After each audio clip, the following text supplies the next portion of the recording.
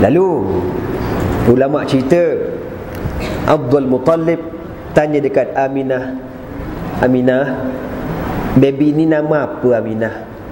Ada ulama kata Allah yang mengilhamkan kepada Abdul Muttalib, dan ada ulama kata dia tanya dekat Aminah.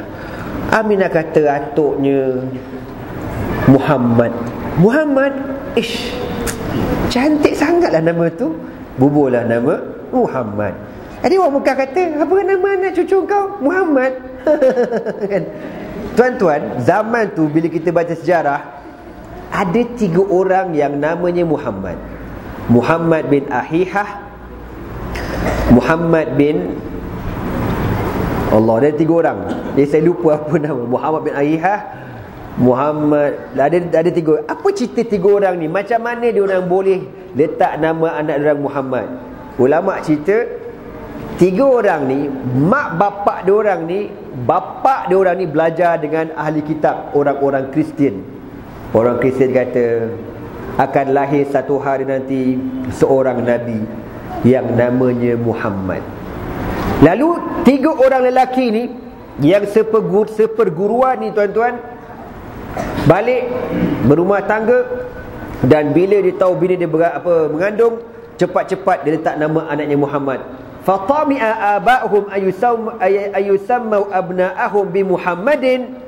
Jadi dia orang nak sangat letak nama anak tu sebagai Muhammad, dengan harapan manalah tahu kot-kot ada rezeki jadi nabi. Macam tu tuan-tuan. Diingat nabi ni main ada rezeki apa. Ini pilihan Allah Subhanahu wa taala. Muhammad bin Ahihah, Muhammad bin Majashi', dan Muhammad seorang lagi saya lupa tuan-tuan. Itulah campur Nabi Muhammad bin Abdullah. Tetapi Muhammad bin Abdullah inilah pilihan Allah Subhanahu wa taala. Okey tuan-tuan, itu cerita dekat Mekah disambut, tapi di kalangan ahli keluarga saja. Tuan-tuan, kita pindah jauh sikit, kita ke Al-Madinatul Munawwarah pada malam kelahiran Nabi. Malam tu tuan-tuan disebutkan bagaimana orang-orang Yahudi di Madinah tak lena tidur, menggelupur malam tu, panas. Apa hal panas benar malam ni kan? Kejap ke kanan, kejap ke kiri. Orang Terengganu kata seru sereh ni bunyi katil panas tuan-tuan. Lepas seorang-seorang keluar pada rumah, keluar, tiba-tiba tuan-tuan, ada seorang Yahudi berlari di tengah-tengah Madinah. Dia naik atas bukit. Dia kata, ya ma'syaral Yahud, wahai orang-orang Yahudi, berkumpul semua. Dia panggil. Yahudi pun berlari keluar tuan-tuan. Ada apa? Ada konsert, kapal otak buka konsert. Ramai kumpul tuan-tuan. Bila ramai Yahudi kumpul, dia kata apa? Unzuru ila sama. Korang tengok semua ke langit. Semua tenganga terpelohong tengok ke langit. Apa kata Yahudi ni? Al-lailah tala'a najmu Ahmad alladhi wulida bih. Pada malam ini, mengikut apa yang diajar dalam Taurat dan Injil, telah terbit bintang Muhammad. Dia dah lahir malam ni. Malam ni dia dah lahir, Nabi akhir zaman. Kau tengok tu. Kau faham ke tidak cerita aku ni? Yahudi tuan-tuan punya kenal Nabi. Di kalangan trilion bintang di langit, dia kenal mana satu bintang, Rasulullah sallallahu alaihi wasallam.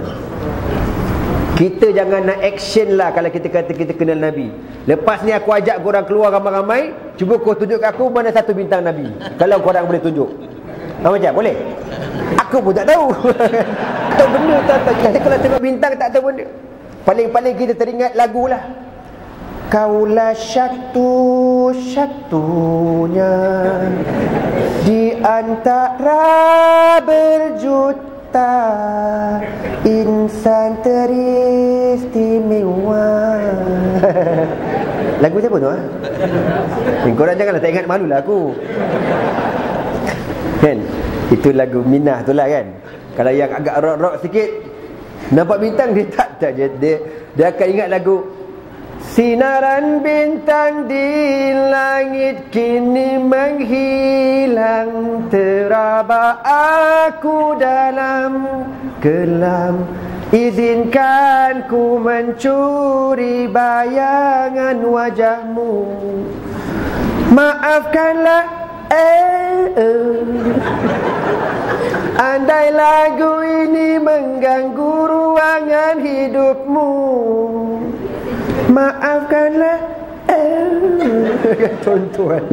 Kita hampir tuan-tuan sembang Yahudi kenal di kalangan triliun bintang di langit, ayyuha najmu Muhammadin sallallahu alaihi wasallam. Lalu Yahudi kata, kita dah tahu malam ni dah lahir. Sekarang cek semua di Madinah, siapa yang beranak malam ni, pergi cek. Berlari Yahudi tuan-tuan, cek, pergi hospital besar, pergi klinik besar, pergi ke rumah mak bidan. Ada siapa beranak, ada siapa beranak, siapa beranak. Mana ada kalau ada baby perempuan goblok lah perempuan. Aku nak lelaki, kau tahu tak? Yang mengandung ni, kau bila nak beranak cepatlah sikit. Kepala otak kau tak boleh paksa-paksa apa beranak ni. Tak. Tuan-tuan, Allah mentakdirkan Ar-Rasulul A'zam, Rasulul Khatamul Anbiya'i wal Mursalin, Muhammad sallallahu alaihi wasallam, Allah mentakdirkan lahir di kalangan bangsa Arab, bukan di kalangan bangsa Yahudi. Bila Yahudi telah confirm malam tu tidak ada seorang yang beranak di kalangan bangsa Yahudi, apa kata Yahudi? Melepas kita. Sebab apa? Nabi akhir zaman sudah jatuh di tangan bangsa yang lain, bukan di kalangan bangsa Yahudi. Sebab itulah tuan-tuan, sehingga hari ini Yahudi berdendam dengan bangsa Arab. Dengan sebab apa? Mereka mengharapkan bahawa saja track record Nabi Rasul diorang pegang tuan-tuan. Bidayatan min Ibrahim, Nabi Ibrahim kan kahwin dua, Hajar dengan Sarah. Dengan Hajar dapat Nabi Ismail. Nabi Ismail duduk dekat Mekah, berkahwin dengan orang Arab, orang Yaman di sana, bangsa Arab. Kemudian Sarah dapat anak Ishaq kahwin dengan orang Yahudi, Ishaq, Yaqub, Yusuf, Ayub, Shu'aib, Musa, Harun, Zulkifli, Daud, Sulaiman, Ilyas, Yunus, Zakaria, Yahya, Isa. Semuanya Yahudi belaka tuan-tuan. Menyebabkan Yahudi perasan dialah bangsa yang paling terbaik di dunia. Dan mereka mengharapkan supaya Nabi akhir zaman di kalangan bangsa Yahudi. Tiba-tiba Allah mentakdirkan Nabi di akhir zaman di kalangan bangsa Arab. Sebab tu tuan-tuan, mereka dendam sehingga hari ini. Dan kita kena ingat, kemuliaan sehebat macam mana bangsa itu, dia tidak akan mulia di sisi Allah Subhanahu wa taala. Tuan-tuan, kalau tengok rekod tadi kan, sepatutnya memang confirm Yahudi lah bangsa paling mulia, sebab Nabi Rasul semua di kalangan mereka. Tiba-tiba bangsa ini yang dilaknat oleh Allah Subhanahu wa taala. Sebab itu Islam nak ajar kepada kita, kita jangan sekali-kali berbangga dengan bangsa kita. Jangan perasanlah Melayu bagus sangat tuan-tuan. Cuba sebut seorang Nabi Melayu, cuba tengok. Ada ustaz, Cikgu Kahar namanya. Kau janganlah buang tebiat bagoi. Jawa ada Nabi Jawa. Tak ada, kita ada Wali Songo kan. Tuan-tuan, Islam mengajar kebangsaan ataupun bangga dengan bangsa, satu benda yang dimurkai oleh Allah Subhanahu wa taala.